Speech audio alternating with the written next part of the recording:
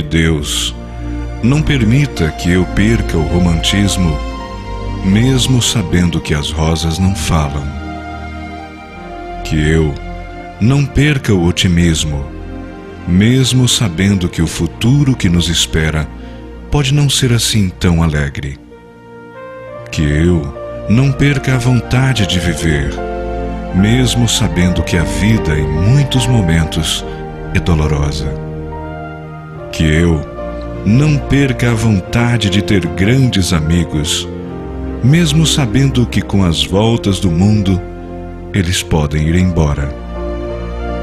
Que eu não perca a vontade de ajudar as pessoas, mesmo sabendo que muitas delas são incapazes de ver, reconhecer e retribuir esta ajuda.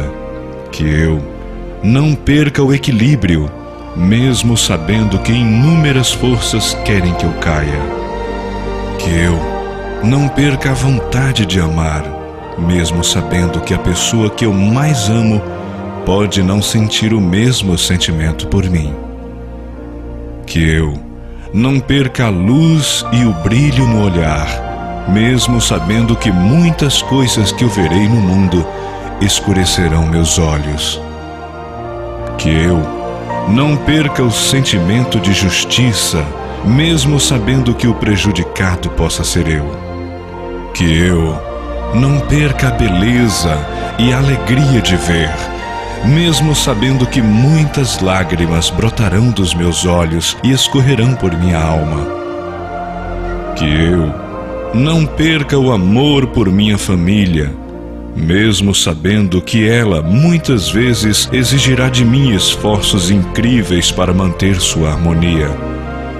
Que eu não perca a vontade de doar este enorme amor que existe em meu coração, mesmo sabendo que muitas vezes ele será subestimado e até rejeitado. Que eu não perca a vontade de ser grande, mesmo sabendo que o mundo às vezes é pequeno. E acima de tudo, que eu jamais me esqueça de que Deus me ama infinitamente.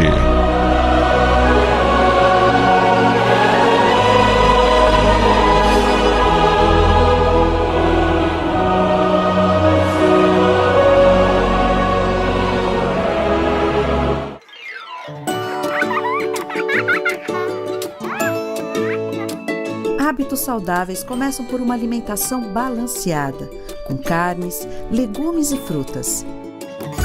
Evite achocolatados, salgadinhos, refrigerantes e outros alimentos ultraprocessados.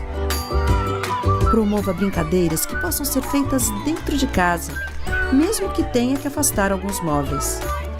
A atividade física ajuda crianças e adultos a reduzir o estresse durante esse período de isolamento.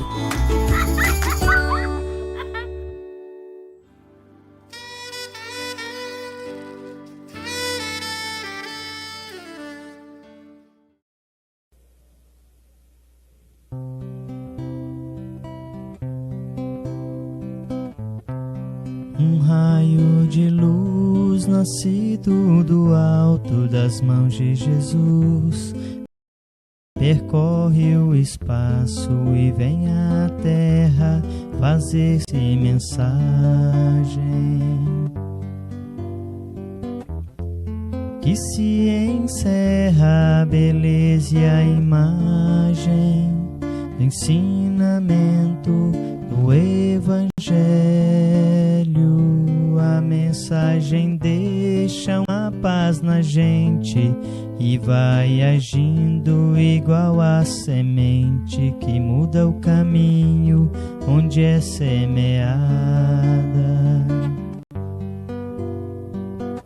iluminando tudo, florindo a estrada, trazendo ao mundo mais amor e mais vida. Um raio de luz nascido do alto das mãos de Jesus percorre o espaço e vem à terra fazer-se mensagem.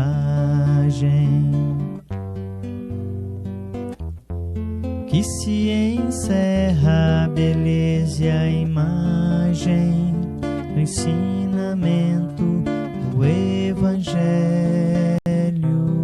A mensagem deixa uma paz na gente e vai agindo igual a semente que muda o caminho onde é semeada, iluminando tudo, florindo a estrada, trazendo ao mundo mais amor e mais vida.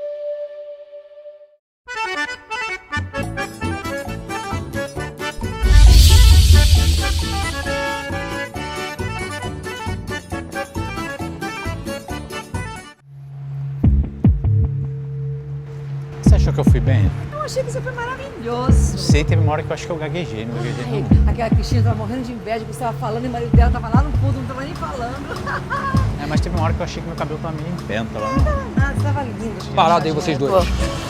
Ah, não, era só o que faltava agora. Ele vai te matar! Fica calma, fica calma. Toma minha bolsa, Isso, moço. pode levar, amigo. Alguém disse que é assalto, por acaso? Ah, não é não? É. Mas vocês estão muito apressadinhos, tá? Além do mais, eu não quero essa bolsa, não. Não quer por quê, meu filho? Não gostou da minha bolsa? Tá vendo, né? Tá vendo seu mão de vaca? A culpa é sua. Porque se você tivesse comprado aquela bolsa que eu queria, eu não tava passando essa humilhação na frente desse bandido. Mas também uma bolsa de mais de R$2.000? Tu ia comprar uma dessa, amigo? Não, né? E se você tá reclamando, por que tá usando ela, então? Eu não vou carregar minhas coisas numa sacola de plástico. Mas pra que você carrega tanta coisa? Eu só carrego uma carteira. Quer dizer, assim, se eu tivesse trazido, né? Saí com tanta pressa de casa que eu não trouxe minha carteira. Pode ficar tranquilo que eu não quero a sua carteira também, não, tá? Ah, não? Não. Você vai querer o quê? Joias? E nem adianta, meu chapa aqui é tudo chapeado, ó. Chapeado. Se ele me deu uma bolsa, ele vai me dar uma joia, né? Ela não pode usar ouro, ela tem Posso alergia. sim. Olha, eu não quero nada disso. Ué, se você não quer roubar nada, quer roubar o quê? Nosso tempo, é isso? Quem falou que é roubo? Oi, não é? É. Mas quem vai roubar não sou eu. É uma gangue aqui! Cadê os outros? Cadê os outros? Você tá fazendo, tá chamando a atenção. Não tem outros. Tá vendo? Tem outros. Realmente é um assalto, mas quem cometeu não fui eu. Foram vocês. Hã? Vocês me roubaram. Como assim a gente roubou? Você tá confundindo a gente, entendeu? Nós somos um casal do bem, a gente tá andando aqui normal, você que vem abordando. Não, nós somos super honestos, a gente ainda é espírita. Isso. Bom saber disso, né? Então talvez eu nem precise colocar vocês na justiça. É que depois de trabalhar 10 anos na empresa de vocês, fui mandado embora sem mais nem menos, com a mão na frente e outra atrás, e não ganhei um tostão dos meus direitos. Um funcionário, que bonitinho! Oh, meu querido, tu achou que eu não ia te reconhecer? E reconheceu? Não, porque meu óculos, entendeu? Aumentou e eu não tive dinheiro pra trocar meu óculos. Tá. E dos meus direitos? Eu vou ter que entrar na justiça, é isso mesmo? É quem disse que a gente vai pagar esses direitos? Quem disse? Vocês vão pagar? Quem disse? Não, mas pelo menos você ganhou experiência, né? Não acredito que vocês vão fazer isso comigo. Mesmo sabendo que tudo que vocês fazem tem uma consequência na lei de ação e reação, como ensina o espiritismo. E quem disse que a gente é espírita? Vocês não são? Somos. Mas não o tempo todo, entendeu? A gente sabe separar as coisas. É, o profissional, espiritismo. Se você chega uma hora antes, você pegava a gente lá no centro a gente é muito espírita, né? Muito, eu dou até palestra lá. Vem cá, você não aproveita esse momento, essa situação que você tá passando tão difícil e não pega a minha bolsa. Isso. E aí você vai treinando. Treina, Olha isso. só, pega e sai correndo. Pega, pode pegar. Pega. Vai, leva. Você não, moço. Eu também sou espírita, mas sou espírita o tempo todo. Com licença, tá? Caraca, isso foi bonito. Muito. Eu vou usar isso na palestra semana que vem, sabia? Lacrou.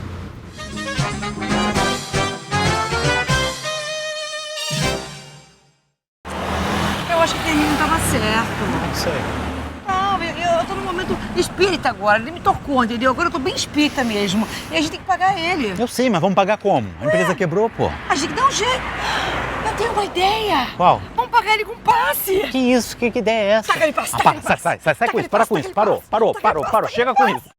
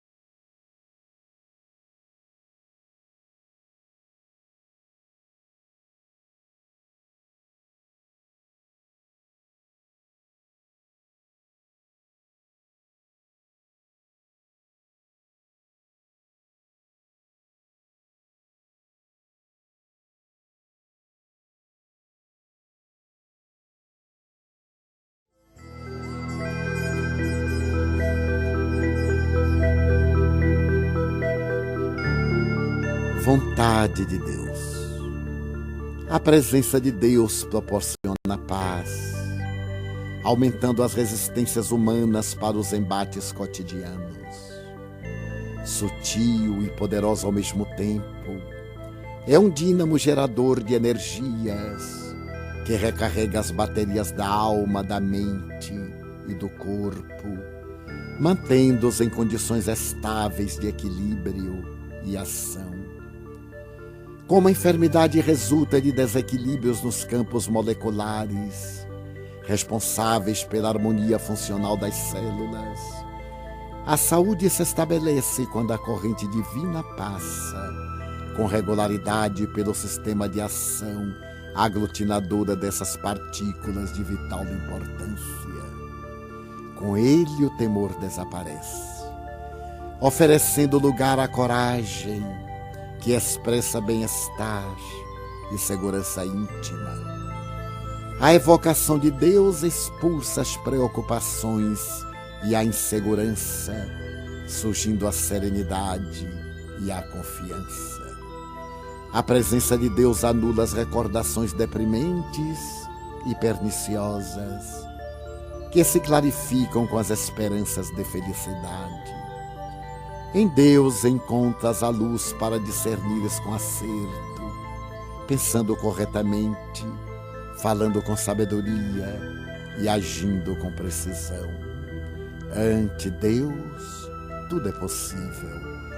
A saúde de alguém, o êxito, as tuas necessidades são convenientemente atendidos porque Deus é o poder.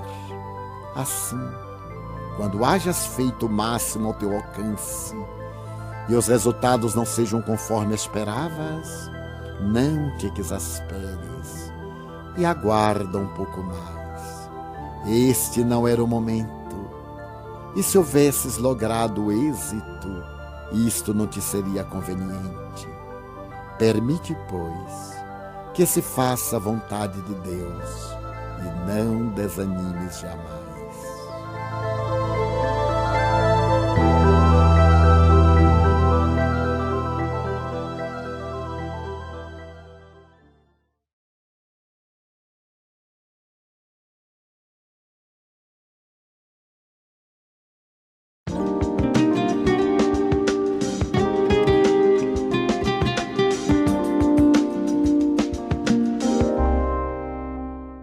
Olá pessoal, estamos aqui no ESG na TV tratando do tema Rumo à Regeneração. E nesse programa de hoje nós vamos abordar o nosso tema Progressão dos Mundos, que Kardec abordou magistralmente no capítulo 3 do Evangelho segundo o Espiritismo. E para começar, nós vamos apresentar os nossos convidados de hoje, que nós temos aqui o nosso querido André Siqueira, trabalhador bastante conhecido aqui na FEB, conhecido há muito tempo, atualmente atuando no estudo aprofundado da doutrina espírita, entre outras atividades, né? Temos o nosso amigo Rafael, que também é um contribuidor muito importante no ERJ, né, Rafael? Tem trabalhado aí como facilitador, nos auxiliando aqui na FEB. E nós temos hoje como convidada uma de nossas alunas do ERJ, que é a Maitê, que contribuirá conosco aqui nesse estudo tão importante para nossas compreensões. Então, André, vamos falar um pouquinho sobre essa questão de mundos superiores e inferiores. A gente sabe que existe mundos superiores e superiores conforme Kardec nos ensinou isso. Você poderia nos apresentar a classificação dos mundos que faz Allan Kardec lá nesse capítulo 3 que nós nos referimos? Kardec faz uma divisão de natureza didática para que a gente possa compreender que existem dois extremos. Existem mundos em que há uma grande predominância do mal. Ele vai chamar isso dos mundos inferiores ou primitivos. Primitivos no sentido que estão iniciando o seu processo de progresso. E no outro limite, os mundos ditosos, onde as pessoas são efetivamente felizes. Vai colocar um pouco mais dentro dos extremos, de um lado, os mundos de regeneração, que estão se preparando para a construção dos mundos ditosos, e vai colocar os mundos que estão relacionados com as provas e expiações dentro desse processo.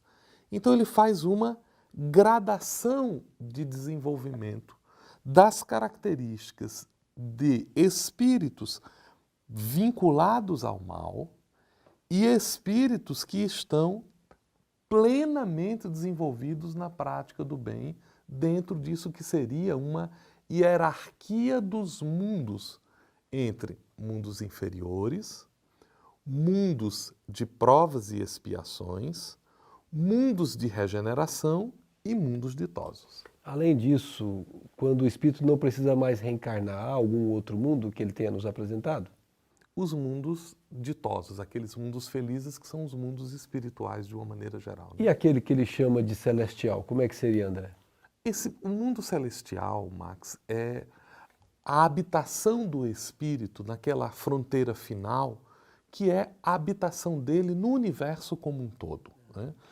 Kardec denomina este mundo de um mundo celestial, mas veja que ele não é um lugar específico, ele não tem uma conotação específica, é um espaço de convivência dos espíritos, ubíquos que estão reunidos, cumprindo as vontades de Deus em uma série de oportunidades de exercício do bem. E não há participação da matéria nesse estágio. E não há participação da matéria. Está muito longe, André? A gente pode Um ficar pouquinho. feliz? Não dá para você animar? Um pouquinho. O pessoal que nos ouve aqui, ainda André, vamos faltar um pouquinho para chegar nesse momento. Né? André, mas tudo bem, mas estamos a caminho, né? Que bom. Mas, André, assim, queria pedir para você e para o Rafael também comentar umas palavras de Santo Agostinho que ele faz no Evangelho segundo, que aparece, na verdade, no Evangelho segundo o Espiritismo, que ele diz assim: ao mesmo tempo que todos os seres vivos progridem moralmente, progridem materialmente os mundos em que eles habitam. Como é que seria isso? É importante a gente entender a relação que existe entre o espírito e a matéria.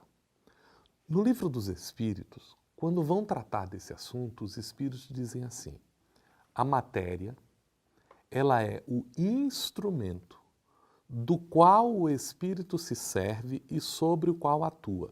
Veja que os espíritos não quiseram definir a matéria segundo conceitos de propriedades, de características, não. Eles estão dando uma definição funcional. A matéria é o instrumento sobre o qual o espírito atua e do qual ele se serve. Ora, na medida em que o espírito progride, e é ele quem intelectualiza a matéria vai se mostrando de maneira mais sofisticada. Vamos raciocinar por analogia. Uma pessoa que não domina técnicas de engenharia, de inteligência artificial, pega massa de modelar, faz uns bichinhos de massa.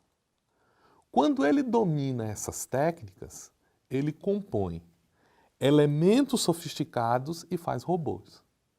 Se ele domina isso de maneira ainda mais sofisticada, você verá símiles de animais, símiles de insetos, símiles de plantas mimetizadas, porque a inteligência dotou aquele arranjo material de características que não lhe são próprias, são externas. É o que Agostinho está dizendo.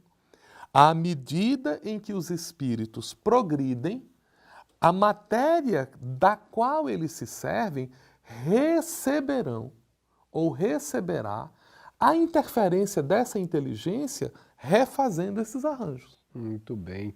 Então, nesses termos que você está falando, e agora eu vou endereçar isso para o Rafael, segundo o que ele falou, Rafael, vê se você coloca ele na apertada e na situação difícil.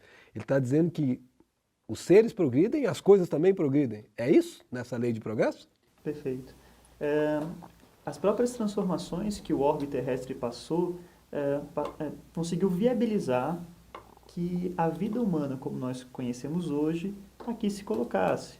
Se o planeta não tivesse passado por todas as suas transformações, a própria evolução da matéria, eu me refiro agora à matéria orgânica, não teria se dado dessa forma. Se grandes criaturas uma vez existiram, se grandes criaturas voadoras uma vez existiram e hoje não existem, foram pelas transformações da matéria, as concentrações de uma série de gases que hoje já não se encontram mais. A Terra, num determinado momento, foi muito mais quente. Nós tínhamos muito mais metano na atmosfera, hoje nós temos muito mais nitrogênio. É uma outra forma, nós temos ainda muito carbono, mas ligado com uma outra estrutura. Então, nossa atmosfera hoje tem uma temperatura que comporta o nosso tipo de corpo. E ainda nessa relação entre o espírito e a matéria, quando alguns espíritos, isso há muito tempo atrás na história da humanidade, ainda na sua infância, encarnam, acreditam que nossos corpos são tão brutos, tão peludos, tão grosseiros, que chegam a confundir com corpos de animais. Mas pela influência do espírito sobre a matéria, nós passamos a sofrer uma série de mutações. Hoje nossa ciência entende como nossos corpos se transformam, ao ponto de hoje, apesar de ainda matéria muito grosseira, são corpos muito mais delicados, muito mais sensíveis do que eram nossos corpos há 200 mil anos atrás. Já corpos de homens, já corpos de Homo sapiens. E o ser humano, ele continua transformando a matéria do planeta, tornando o planeta mais agradável ao nosso convívio. Falando hoje dos eletrônicos, o ouro que se encontra no celular, uma série de metais que se encontram nos aparelhos do nosso dia a dia, foram tirados das profundezas da Terra, retrabalhados e postos de uma determinada forma que possa nos servir, fazendo com que precisemos gastar muito menos os recursos da Terra para fazer o que fazíamos há 100 anos atrás, há 200 anos atrás, há 1000 anos atrás. Hoje, por exemplo, dentro dessa ideia de transformações, é possível manter essa reunião com milhares assistindo, sem que para isso eles precisem se locomover até onde estamos. Os milagres da tecnologia, pela transformação da matéria, vindo pela inteligência, atributo do espírito. Que coisa interessante, você falou milagre, né? É a palavra simbólica, mas realmente a coisa é inteligência, né? Mas a Maite tem uma pergunta aqui. Mas assim, comparando a situação do homem moderno com toda essa tecnologia em relação aos habitantes originários, como os índios, por exemplo, a gente não poderia assim, concluir logicamente que os índios eram mais felizes? Essa resposta e tanto a pergunta, nós precisamos ter alguns cuidados e vamos colher algumas informações lá na sociologia. Sem querer cair no etnocentrismo, de acreditar que nossa cultura é melhor do que uma outra, vamos fazer uma comparação com uma criança, ou ainda como um espírito. Todos nós fomos criados simples e ignorantes. E ainda, vou pegar um outro conceito emprestado, a ideia de alegria e de felicidade. Colocando que a alegria é um sentimento que vem, ele é mais simples, ele é mais juvenil, mas da mesma forma que ele vem, ele vai. Ele não é um sentimento trabalhado, ele não é um sentimento que envolve inteligência, a vontade. Enquanto a felicidade, eu vou colocar como um sentimento co-irmão, mas que envolve a vontade, envolveu trabalho, envolveu dedicação. Entendo que os seres mais simples, como as crianças, que não conhecem tantos desafios, que não tiveram a oportunidade de ter desafios intelectuais, eles podem ser mais alegres, mas não mais felizes, porque a felicidade envolve se aproximar de Deus, conhecer Deus. Essa é a verdadeira felicidade, porque é a felicidade do amor. E para nos aproximarmos de Deus, é necessário que caminhemos tanto com o intelectual quanto com o moral. Muito bem, nós vamos voltar a esse tema depois, viu, Rafael? Nós temos aqui o André com umas posições também que nós vamos querer ouvir depois. Mas, por enquanto, é importante a gente lembrar que há um processo evolutivo e são fases, né? E essas fases todo o espírito terá que passar e cada fase dessa trará o seu aprendizado. E é isso que é a grande lição do processo de progressão da Terra, dos planetas, né, dos orbes e dos seus habitantes, porque eles são compatíveis entre si. E é por isso que nós vamos guardar para o segundo bloco mais algumas perguntas que nós faremos a vocês, que elucidarão melhor essa questão e nós poderemos então tornar este programa ainda mais atrativo. Por isso, você que está nos ouvindo e nos assistindo, por favor, espere um pouquinho, nós voltamos daqui a pouco.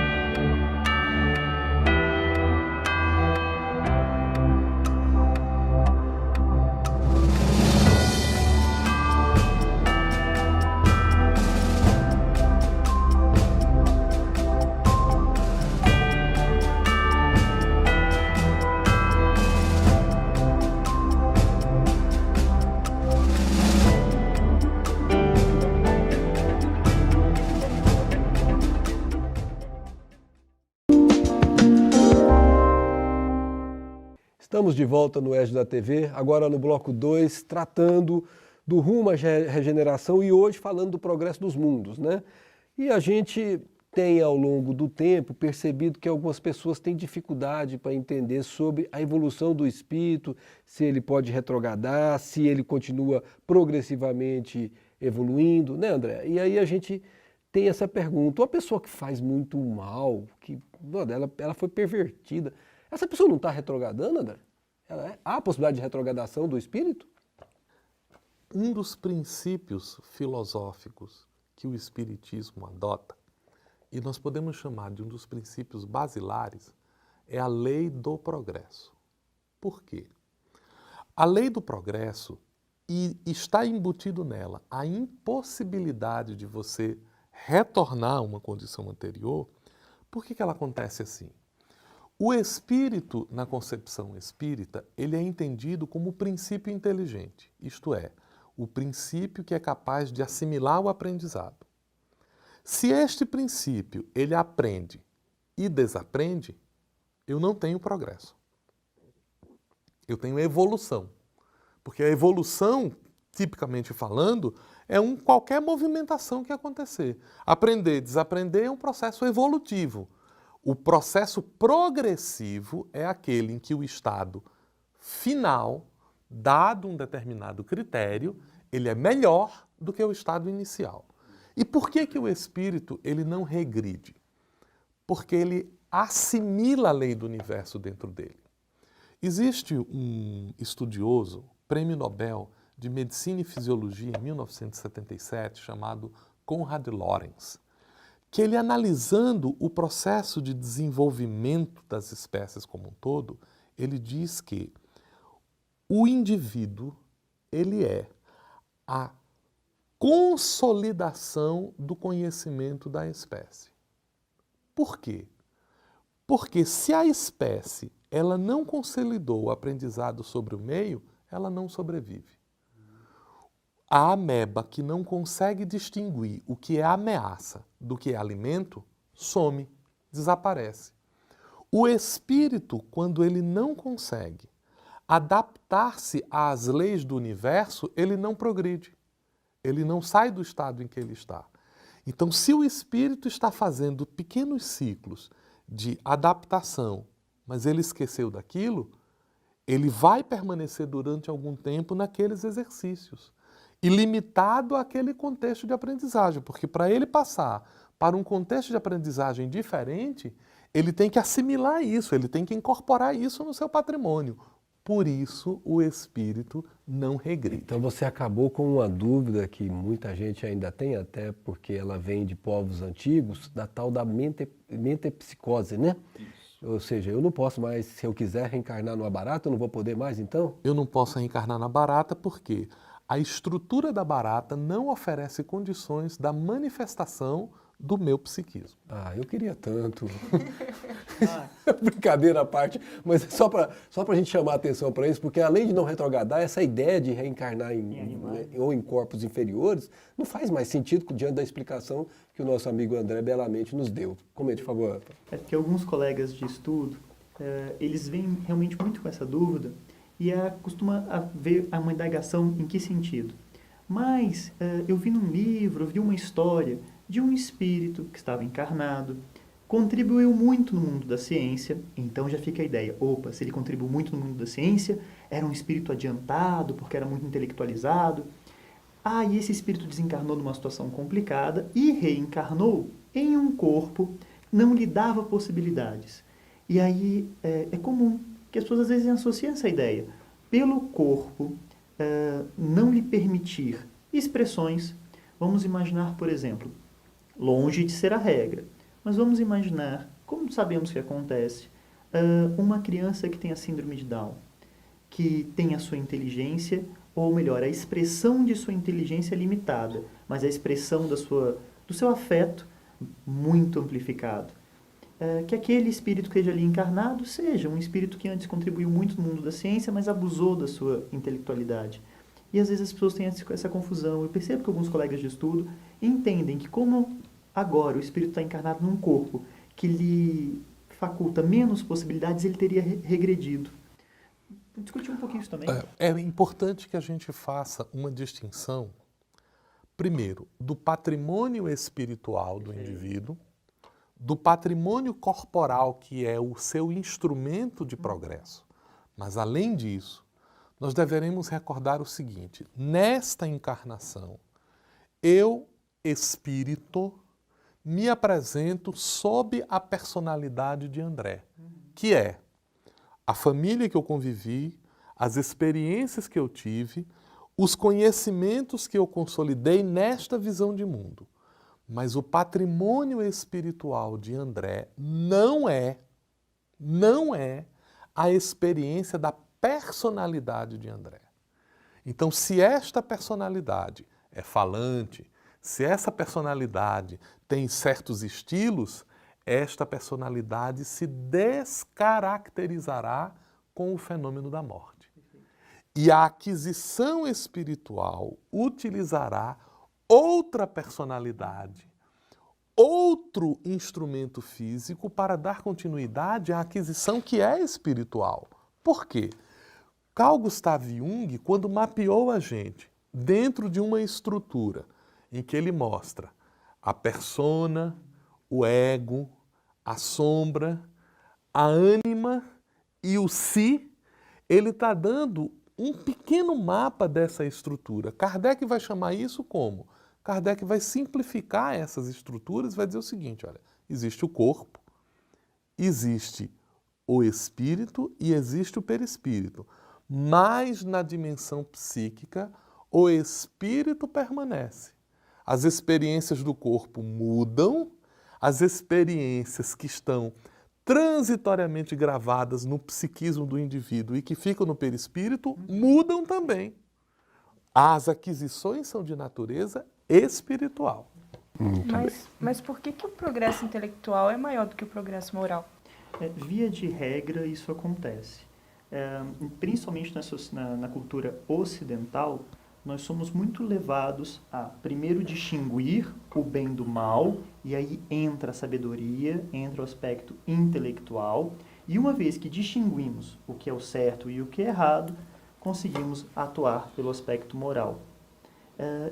Isso a gente vai dizer que é uma regra, mas toda regra tem sua exceção. Isso significa que alguns indivíduos, em dadas situações, podem ter seu progresso mais próximo, tanto o moral do intelectual, ou mesmo o moral ir à frente. Muito importante isso, e esse é um ponto que a gente percebe nesse mundo de expiações e prova em que vivemos. Aí tem uma pergunta para o André. André, pelo amor de Deus, nos esclareça, qual o maior obstáculo ao progresso moral que nós precisamos tanto para regenerar esse mundo, André? O nosso orgulho e o nosso egoísmo. Não diga isso, eu vou embora. Veja, o que significa a posição do orgulho e do egoísmo? O egoísmo é a falsa crença de que o universo existe para mim. E o orgulho é o exercício disso. Como o universo existe para mim, então eu sou melhor do que o universo. À medida em que o intelecto progride, o indivíduo vai percebendo, alto lá. O universo é maior, eu sou uma pontinha disso daqui, o tempo me ultrapassou. Então, essa compreensão vai dizendo o seguinte: peraí, eu tenho os mesmos direitos do que o outro. Eu tenho os mesmos direitos do meu semelhante. Mais ainda, eu tenho os mesmos direitos dos meus dessemelhantes. Nós, em nossa história evolutiva, nós precisamos superar alguns conceitos egoísticos. O primeiro conceito egoístico que nós superamos é de que a Terra era o centro do universo. Depois nós tivemos que superar o conceito egoístico de que o homem era o centro do universo. E, finalmente, nós precisamos superar o conceito egoístico de que a nossa inteligência é o centro do universo. Nós estamos em um processo de desenvolvimento que reconheceu o universo como uma estrutura, um instrumento de desenvolvimento não para mim, para todos. Por isso o amor, o respeito, o carinho, a fraternidade, são impositivos das leis que regem o universo. E aí responde bem aquela sua pergunta. Quando conseguimos compreender o tamanho que é o universo e a grandiosidade das coisas, nos colocamos num tamanho justo. E aí a humildade consegue vencer essa vaidade, esse orgulho. Mas pegando esse gancho, eu não posso dizer que os males da humanidade são assim causados por causa das imperfeições humanas? Entendo. Existem ainda as fatalidades, os acontecimentos naturais, no sentido dos grandes desastres. Mas percebê-los como perversos, percebê-los como ruins para a humanidade, é da condição humana, que só consegue tirar uma pequena fotografia dentro de todo o filme da evolução. Evolução aqui enquanto progresso da humanidade. Quando aprendermos a praticar o bem, a maior parte das causas do que faz a humanidade sofrer vai desaparecer. De novo, aquilo que André nos disse, né? É a intelectualidade fazendo a compreensão. E da compreensão, como ele disse, a expressão alto lá, né? Porque equivale a dizer que, como se você quisesse que o Sol girasse em torno da Terra. Não dá para conceber isso, né? Mas por muito tempo a gente concebeu assim, por quê? Porque o nosso nível de conhecimento era restrito e, obviamente, era essa a condição que nós tínhamos para poder refletir e pensar. Então é natural que essas coisas fluam com o tempo, à medida que o intelecto vai se dilatando, a compreensão também o vai. E essa noção de humildade, que ainda falta muito em nosso planeta, vai se construindo gradualmente, mas persistentemente, ao ponto de um dia nós percebermos como nada mais do que uma parte de um todo muito maior, mas sem perder a noção de parte que somos de Deus. Nós estamos encerrando agora esse bloco 2 e esse assunto vai continuar no bloco 3. Portanto, aguarde-nos, estaremos em breve. Você sabe onde encontrar livros espíritas de qualidade e um ótimo preço? Vem comigo! Nas livrarias da FEB estão disponíveis as mais diversas coleções e obras psicografadas por Chico Xavier, Zilda Gama, Divaldo Franco, Ivone Pereira e muitos outros. Aqui também você encontra as promoções que a FEB Editora traz para você. Tudo isso com o conforto, a qualidade e a cortesia que a FEB sabe proporcionar.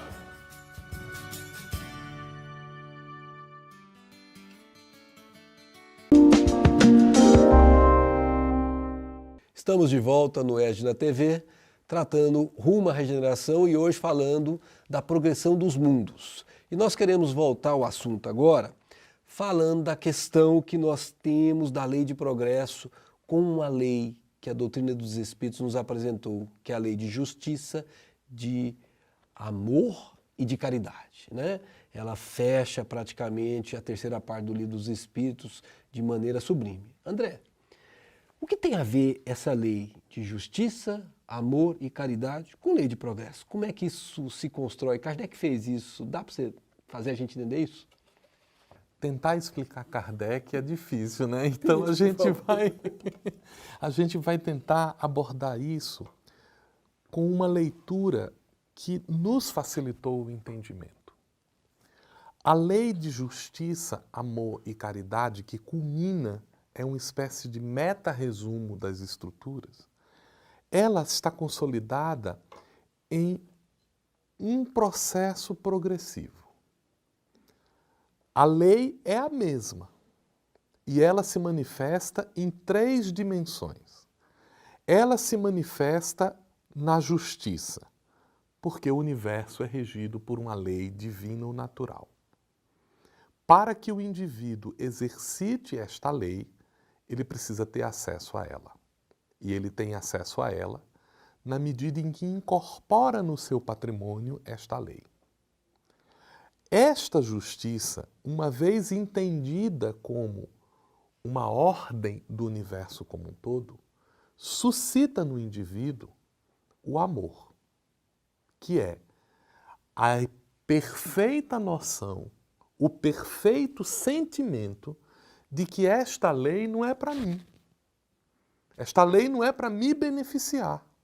Esta é uma lei que rege o universo como um todo. Então me faz entender que eu e o universo somos irmãos.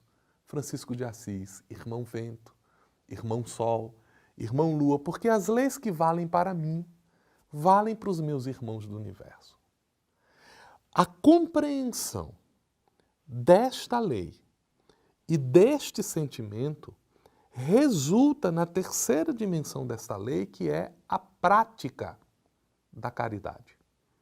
A caridade é, portanto, no nosso entendimento, a ação justa e amorosa. A lei de justiça, amor e caridade reflete o exercício pleno, não apenas do entendimento da lei que rege o universo, não apenas do sentimento desta lei, mas da sua prática perfeita.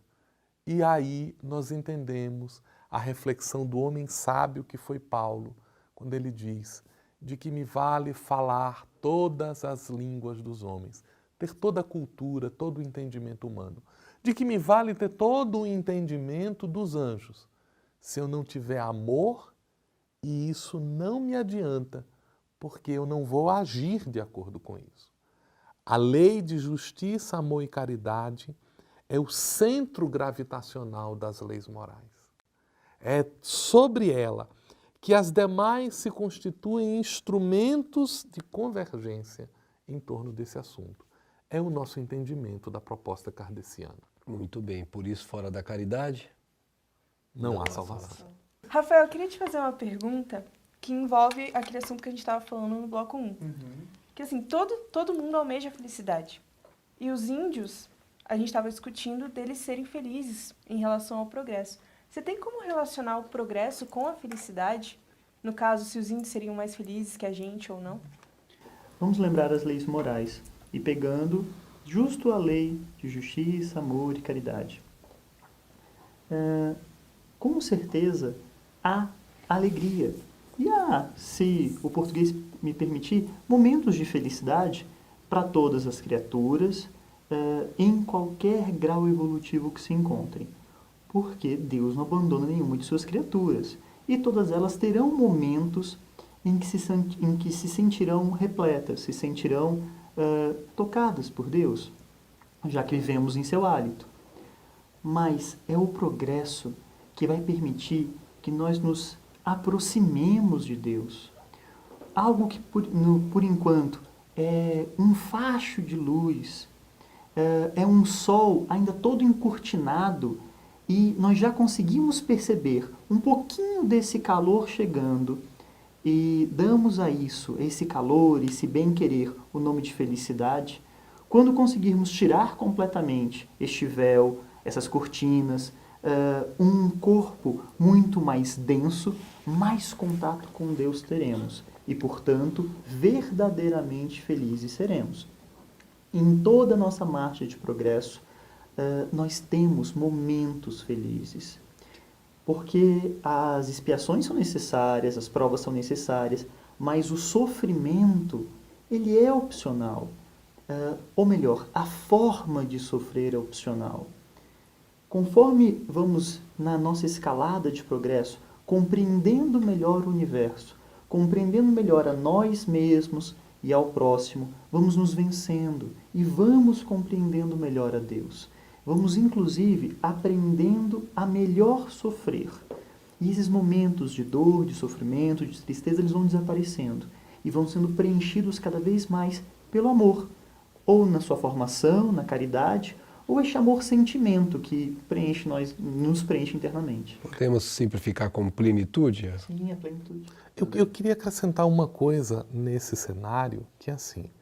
Primeiro, para a gente evitar a posição da perspectiva de Jean-Jacques Rousseau, quando entendia que o primitivo é mais feliz do que o civilizado. Rousseau tinha os seus motivos na sofisticação, na criação das aparências, e ele entendia que nos índios primitivos da América você encontrava uma espontaneidade que nas sociedades europeias nós não tínhamos. Mas, quando nós vamos relacionar a noção de felicidade e ignorância, ou felicidade e conhecimento, ou felicidade prática, é importante que a gente reflita sobre o que é a felicidade. Na atualidade, existem pesquisas no campo da chamada psicologia positiva, nos estudos da doutora Sonia Lebowinski, Milad Csikszentmihalyi, que são especialistas no tema da felicidade e que chegaram a uma conclusão interessante. A felicidade é um estado de fluxo, é um estado em que o indivíduo ele exercita as coisas com tamanha dedicação que ele se perde dentro disso. O pintor que quando está pintando não sente fome, não sente sede, não vê o tempo passar. Os namorados que quando estão conversando ao telefone passam 12 horas e não sabem que o pai vai pagar a conta no final do mês. Este é o estado de entrega espontânea com isso.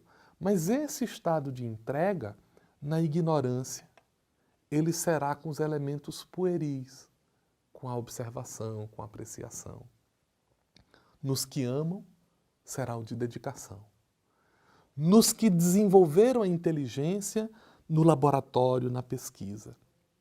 Nos verdadeiros cristãos, no exercício de cada minuto, que será intenso o suficiente para que o Espírito seja a carta de Deus à vida. Esse é o estado de felicidade. Esse estado de felicidade, ele reclama a compreensão, ele reclama o entendimento, ele reclama a ampliação dos nossos potenciais intelectuais e cognitivos para que a gente possa avançar com a plenificação de todos os nossos potenciais. O índio que recolhe o fruto da terra e oferece à sua família, sentirá a felicidade inerente a este compartilhamento. O pesquisador que desenvolveu o novo tipo de alimento que impedirá que uma população inteira passe fome, sentirá outro tipo de contentamento. Muito bem. Um alerta é que nós não estamos falando dos índios de hoje, mas dos índios daquela época. Perfeito. Nosso tempo está... Porque é muito interessante o tema, né? Então nós não queríamos deixar de encerrar esse programa com uma pergunta que nos atém a muito. Para os dois, por favor, nos diga o que o Espiritismo pode fazer para contribuir com a sociedade para que esse progresso seja cada vez mais natural, mais brando, menos sofrimentos, com as dores naturais de um crescimento de qualquer espaço na vida, você tem aqueles naturais processos de crescimento. Como é que o Espiritismo pode contribuir para que esse processo de progressão dos mundos seja melhorado? Divulgando o Evangelho de Jesus, principalmente pelo exemplo. Por mais que escolhamos discursos longos, o Evangelho de Jesus continua sendo o melhor guia para garantir que a evolução, o progresso seja acelerado. André. Vivenciando a lei de justiça, amor e caridade. Se nós sairmos um pouco do nosso egoísmo cultural, nós veremos a cultura do outro como uma oportunidade de crescimento comum. Se nós sairmos do nosso egoísmo social, nós veremos o outro como uma oportunidade de aprendizado. Quando Jesus nos diz que nós devemos estender o nosso amor até o nosso inimigo, ele está dizendo que nós precisamos utilizar, inclusive, o outro como um instrumento de aperfeiçoamento comum. Eu não sou o centro do universo. E se eu não sou o centro do universo, eu preciso vivenciar a plenitude. Muito bem, muito obrigado a vocês. Nós poderíamos sintetizar isso com uma frase, como você disse. Quando sairmos de nós mesmos e olharmos como o outro, quando fizermos ao outro que gostaríamos que o outro fizesse a nós, o progresso estará se fazendo e o Espiritismo terá cumprido a sua missão na Terra. Muito obrigado por sua atenção, por sua participação conosco e nos aguarde, voltaremos em breve.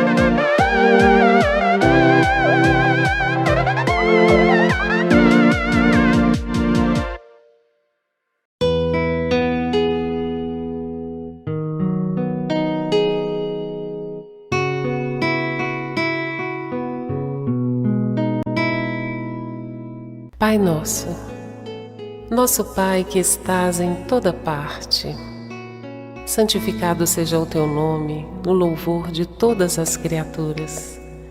Venha a nós o teu reino de amor e sabedoria. Seja feita a tua vontade acima dos nossos desejos, tanto na terra quanto nos círculos espirituais. O pão nosso do corpo e da mente, dá-nos hoje. Perdoa as nossas dívidas, ensinando-nos a perdoar nossos devedores, com esquecimento de todo o mal. Não permitas que venhamos a cair sob os golpes da tentação de nossa própria inferioridade. Livrai-nos do mal que ainda reside em nós mesmos, porque só em Ti brilha a luz eterna do reino e do poder, da glória e da paz, da justiça e do amor, para sempre. Assim seja.